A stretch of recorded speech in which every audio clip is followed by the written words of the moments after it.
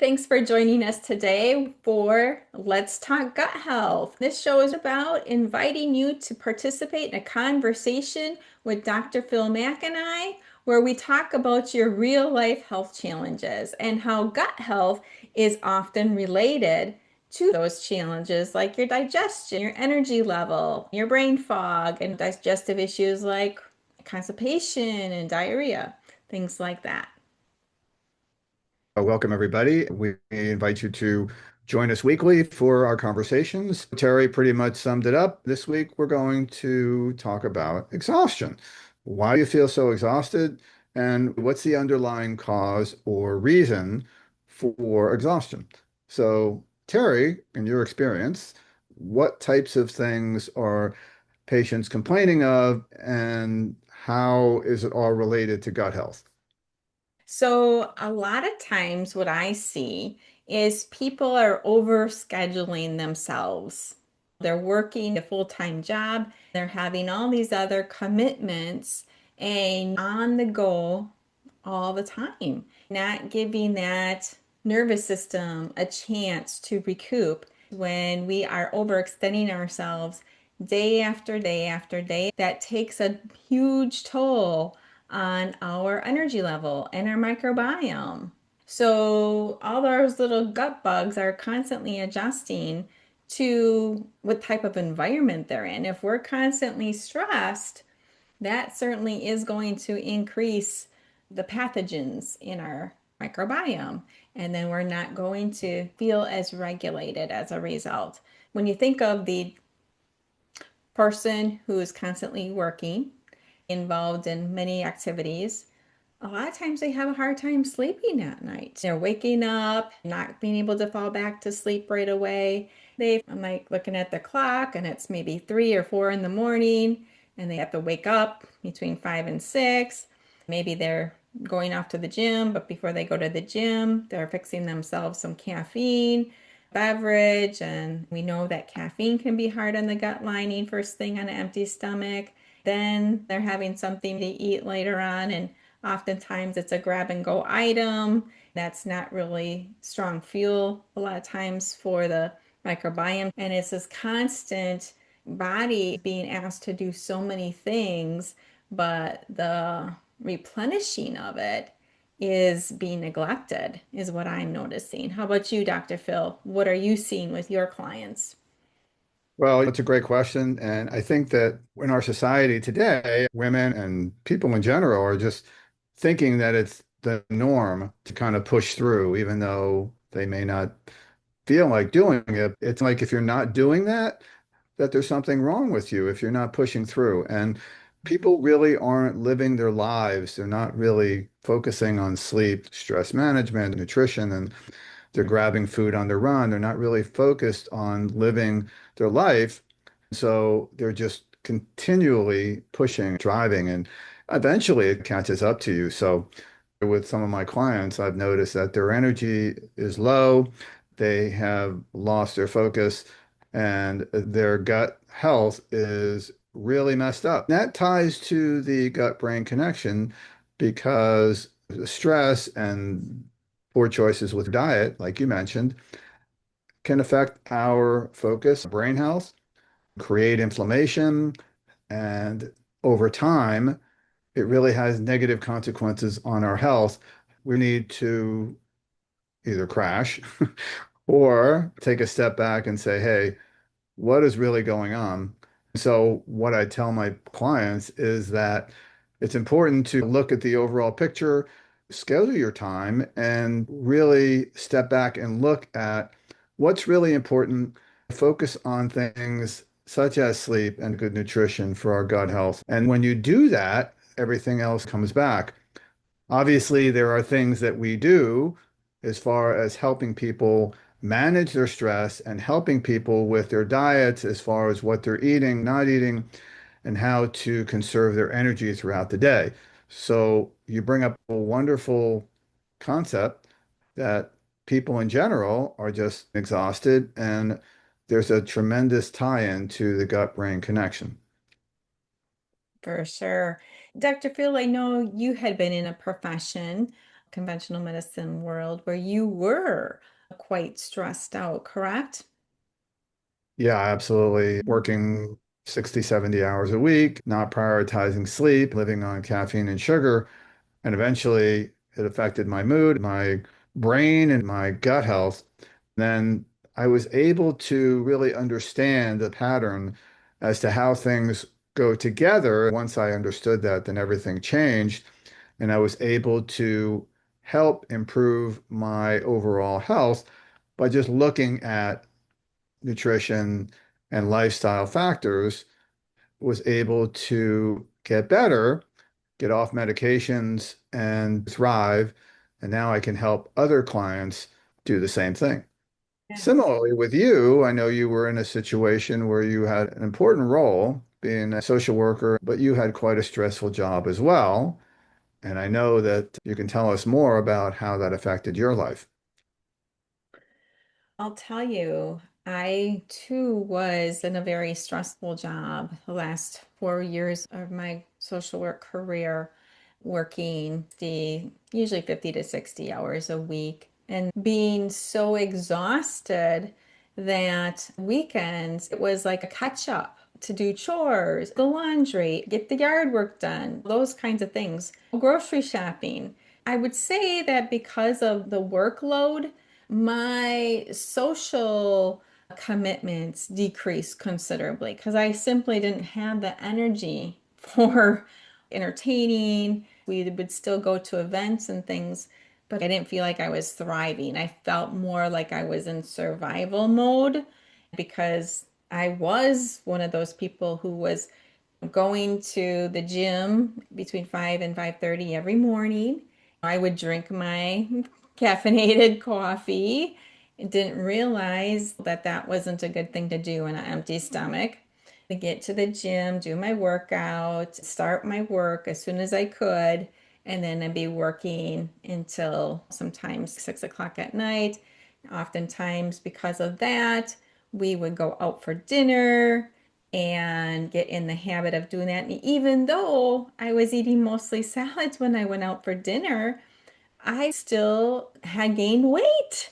It was such a confusing thing. It's like, well, I don't eat a whole lot. Why am I gaining this weight?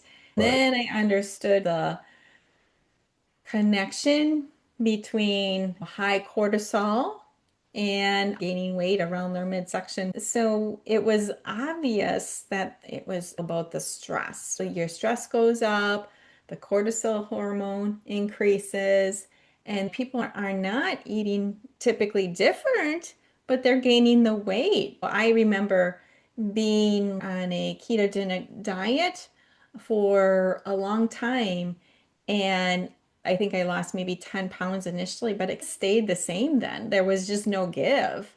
So that was one of the things that I really noticed when I was exhausted. My weight had gone up and my energy was low in having to rely on caffeine. I was still thinking at that point that a cereal with skim milk and a banana, which is quick and easy, was not too bad. I have learned since then that that was basically a sugar bomb, making me hungrier shortly after and having to eat something every 2 to 3 hours. I'd start getting shaky. So I got the hypoglycemic effect and then gravitating toward the next thing to bring blood sugar up again. And it was a vicious cycle.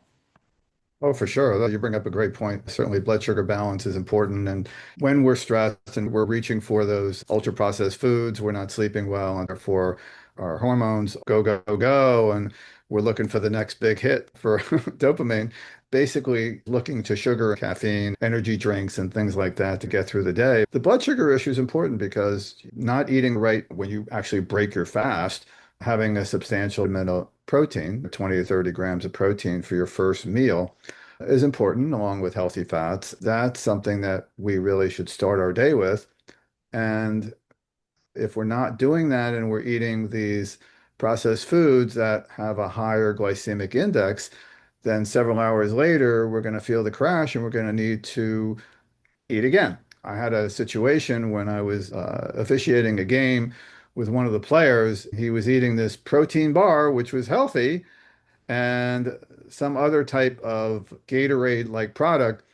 I looked at the label and it had 30 grams of sugar, and I said, "You're going to crash real soon." He said, "Gosh, I had no idea there was so much sugar. There was 10 or 12 grams of protein in there, but that should cover it." And I said, "Well, you're going to come to me and you're going to be crashing in an hour." And sure enough, within an hour, he was dragging. Volleyball is high intensity sport, so you really need your energy level at a peak. That's an example of people thinking that they're eating healthily or they're eating stuff that is right with some of the processed foods that are out there and see the effect of what happened. My question to you is, do you have maybe one or two recommendations that we can give our audience so they have something they can implement right away? One of the things, like you mentioned, is to focus in on protein, healthy fats, and fiber. I usually tell people 30 to 40 grams of protein per meal, depending on who you are. If you're a man, it's usually on the higher side. A good place to start is with protein, healthy fats, and fiber from dark leafy greens, vegetables. A little bit of fruit. Berries are awesome because they add a little sweetness without much of the carb effect. One of the things that I teach my clients is to start looking at labels. If you're buying something in a package, think about the number of carbs. If you're looking at the World Health Organization recommendations for sugar intake, it'll say to limit your sugar intake to 9 teaspoons per day for a man, 6 teaspoons for a woman, and only 4 teaspoons for a child. What it doesn't tell you is what that converts to in grams. There are 4 grams per teaspoon when it comes to a carb. You take the total carb and subtract the dietary fiber from that product to get your net carb amount. Then you take that number and divide it by 4, and you'll get your number of teaspoons. I had a cousin one time who I said, "Can you show me what you're eating?" And she brought me something that looked like Life cereal with mixed yogurt. And she thought she was eating fairly healthy by mixing these two things together. And when I looked at the cereal and yogurt, it was sweetened yogurt, and it had over 2 times the amount of sugar that she should have had in a day. It was like 15 teaspoons of sugar in just those two products. I said to her, "Well, looks like you're done eating sugar for the next couple of days." That opened up her eyes to, oh, what should I eat? So we focused on more protein for breakfast. Eventually, she was able to lose weight. Also, buy products that don't have sugar, looking for more nutrient dense foods. What is something that you would like to recommend? That was an excellent overview of looking at labels and looking at the sugar content. We also have to look at the other types of ingredients, chemicals, and preservatives that can also affect our overall energy. You mentioned reading labels is important. If we're talking about exhaustion, one of the things we should do is step back, look at where we are and how much we're working, how much we're processing, and look at what your schedule looks like to prioritize sleep and nutrition, balance your meals, balance your blood sugar, and limit caffeine after a certain hour of the day, maybe 1, 2 o'clock, and prioritize protein, fat, and fiber. Take home message, step back, look at your lifestyle, and reevaluate where you are and where you want to go. If you're struggling with energy, you're overwhelmed and having exhaustion, then we really need to look at different aspects of what's going on with your life and say, is this what I really want to do? Can I sustain this? How can I improve my energy, my mood, and my focus? Excellent. I like taking a step back and re-examining what's going on, almost like an aerial view of your life, if you will. What are the pieces that are creating my exhaustion, and how can I take a different path to alleviate some of that? One of the simplest things that people can do is start looking at their hydration routine. How much are you actually drinking of liquids with your electrolytes? Electrolytes are essential for the human body, and so is mineral salt. The salt, magnesium, potassium chloride work together. So I would take a look at your hydration routine. Start with taking your body weight, dividing it by two, and gravitating that in the number of ounces of liquid per day. Coffee and alcohol, of course, are going to dehydrate you more. So I wouldn't consider those as hydration tools. But water and herbal teas are great, and adding some freshly squeezed lemon or lime into the water. That's what I do to make that a priority. After the restroom, I go right to my kitchen and start warming up water in the kettle and start hydrating before anything. That's going to give your body more energy as a little pick me up before you do anything. And then you're able to function so much clearer throughout the day because you're more hydrated. Hydration is definitely important. I also want to add that since stress is such a major thing, I Mm. tell people to just breathe. Breathing is key, easy to do, and taking some deep breaths periodically throughout the day, a minute or two throughout the day, creating times where you can just breathe makes a big difference, as well as getting out in the sun first thing in the morning within 30 minutes of waking up. It also will stimulate your hormones and give you a little bit of energy when you're on the go all the time. You don't really get a chance to go outside and just bring in the sunlight. We've given a lot of information, a lot of good pointers, and it's probably time to wrap up our show today. We thank you for listening in, and we hope that you'll join us for the next episode of Let's Talk Gut Health. Any further comments, Terry? No, thank you. I hope you got a lot of great ideas to think of your health from an aerial view and focus in on one thing that you can do. When you overwhelm yourself with too many things at once, the brain will often resist. So, taking one thing that you know you can commit to and start doing it today or tomorrow. Put it on your calendar. I'm going to start doing this one thing. Maybe it's just breathing. Maybe it's hydrating better. Maybe it's starting to eat more real food, looking at labels, whatever. Just starting with one thing. And when you start noticing how different you feel, people tend to want to do more and more. And that's how you're going to create health. Thanks for Awesome. listening. Hope to see you next week. Take care. Bye bye now.